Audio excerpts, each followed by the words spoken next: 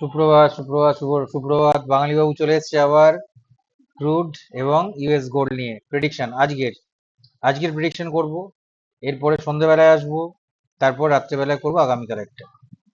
আমাকে একজন ইউটিউবে জানতে চেয়েছে যে ইউএস ক্রুডের বাইং পজিশনে আছে, যে সে কি করা যায়।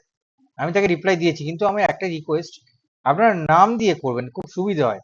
07257 RG, এ খুব প্রবলেম, নিজের নাম দিতে কি প্রবলেম হয় বুঝতে পারি না। আমার তো নাম দেয়া আছে, নাম দিয়ে করবেন তাহলে সুবিধা, আমি তাহলে বলতে পারি তাহলে। আমি তাকে লিখে দিয়েছি, উত্তর দিয়ে দিয়েছি। ক্রুড এখন বিয়ারিশ থাকবে, ঠিক আছে। উনি বাইং সাইডে গেছেন, প্রবলেম হয়ে গেছে, বোধহয় বিটিএসটি করেছিলেন খুব সম্ভবত। হট করে বিটিএসটি করবেন না, আমি বিটিএসটি করি, আমার অভ্যেস আছে। আমি অনেক লস খাওয়া ছেড়ে তারপরে করতে করতে আমি নিজের একটা স্ট্র্যাটেজি বের করেছি, সেটা থেকে করি, তাতে সাকসেস পাই।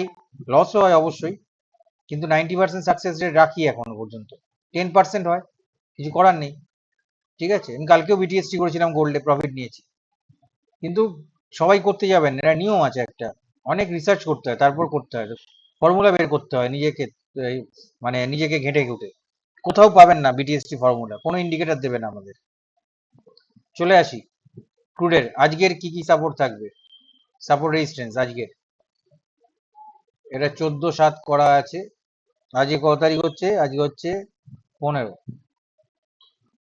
15/7, ঠিক আছে। ক্রুডের সাপোর্ট 1 ঘন্টার একটু চেঞ্জ করেছি, হ্যাঁ, ক্রুড কিন্তু ভাঙতে আরম্ভ করেছে। 5717 থেকে 5710, তারপরে 5678 থেকে 5662, তারপর 5642 থেকে 5580। মিলিয়ে রাখবেন এই আমার লাইন কাটা। এখনো পর্যন্ত বলবো না বাই গড গ্রেস, মার্কেট কিন্তু 100% ফলো করে চলে। এই সাপোর্ট গুলো দিয়ে রাখলাম, হ্যাঁ। রেজিস্ট্যান্স একটু যোগ করেছি, 5782, তারপরে 5968, তারপরে 6021, তারপরে 6247 থেকে 6448, হিউজ সেলিং প্রেসার ওখানে আছে। তারপরে 6581। চলে আসি গোল্ডে। গোল্ড কি করবে? গোল্ডের হচ্ছে সাপোর্ট 1 ঘন্টার 3341, যেটা রেখেছিলাম ওটাই। 3332 যেটা রেখেছিলাম সেটা কি চেঞ্জ করিনি। তারপরে 3313 থেকে 3310, খুব বড় একটা সাপোর্ট বাইং জোন। তারপর 3304, তারপর 3287 থেকে 3282, বড় বাইং জোন। তারপরে 3270। রেজিস্ট্যান্স একটা ছোট্ট যোগ করেছি, 3358 থেকে 3358, তারপরে 3369 থেকে 3374। বারবার বলছি, আজকে ইনফ্লেশন ডেটা আছে রাত্রিবেলা ইউএস এর। যদি গোল্ড 3374 কে ভেঙে দেয়, তাহলে কিন্তু গোল্ডে র্যালি আসবে, বারবার বলে দিচ্ছি। যদি 3374 কে ভেঙে দেয়, তাহলে 3369 থেকে 3374 এটা বড় একটা সেলিং জোন। তারপর 3388 থেকে 3393 একটা বড় সেলিং জোন। তারপর তো উঠতে আরম্ভ করবে 3417। তারপর তো আরো আছে বাকি, সেটা নির্ভর করছে কখন, যখন গোল্ড সেরকম ভাবে ভলিউম নিয়ে আসবে, আমাদের প্রাইস অ্যাকশন দেখে আমরা এগোবো, ঠিক আছে। কালকে আমি নিফটিতে কি বলেছিলাম, যে 25150 যদি ভাঙে তাহলে নিফটির একটু মুখ রক্ষা হবে। ভেঙেছে, কথা মিলেছে। আমি এখন আর নিফটি ব্যাংক নিফটি প্রেডিকশন করি না, ভালো লাগে না, একদম ফালতু জায়গা বলা যেতে পারে। সারা শেয়ার মার্কেটের মধ্যে সব থেকে ফালতু জায়গা আমাদের এই ইন্ডেক্স, সব থেকে ফালতু জায়গা।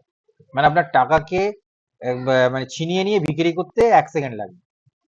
এত অপারেটরদের এখানে অসভ্যতামি আরম্ভ হয়ে গেছে, যার জন্য সবাই এখন চলে যাচ্ছে কমোডিটিতে আর ক্রিপ্টোতে। তাও বলে দিচ্ছি, আজকের নিফটির রেজিস্ট্যান্স আপনাকে বলে দিচ্ছি কি হতে পারে।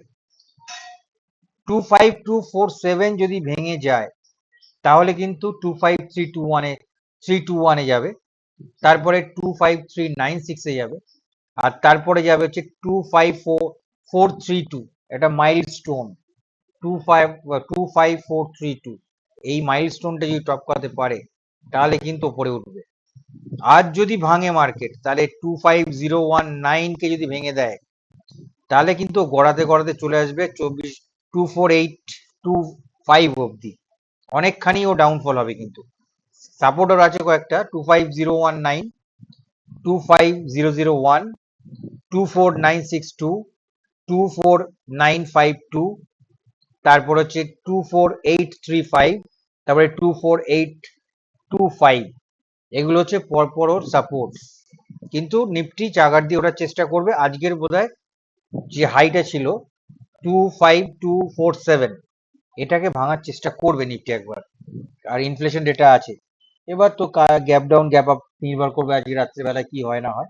ঠিক আছে, তাহলে আবার আসবো সন্ধ্যেবেলাতে। এখনকার জন্য টাটা, ভালো করে করবেন। This is Bangali Babu, thanks for watching, will come on again at afternoon. ঠিক আছে, ভালো করে ট্রেড করুন।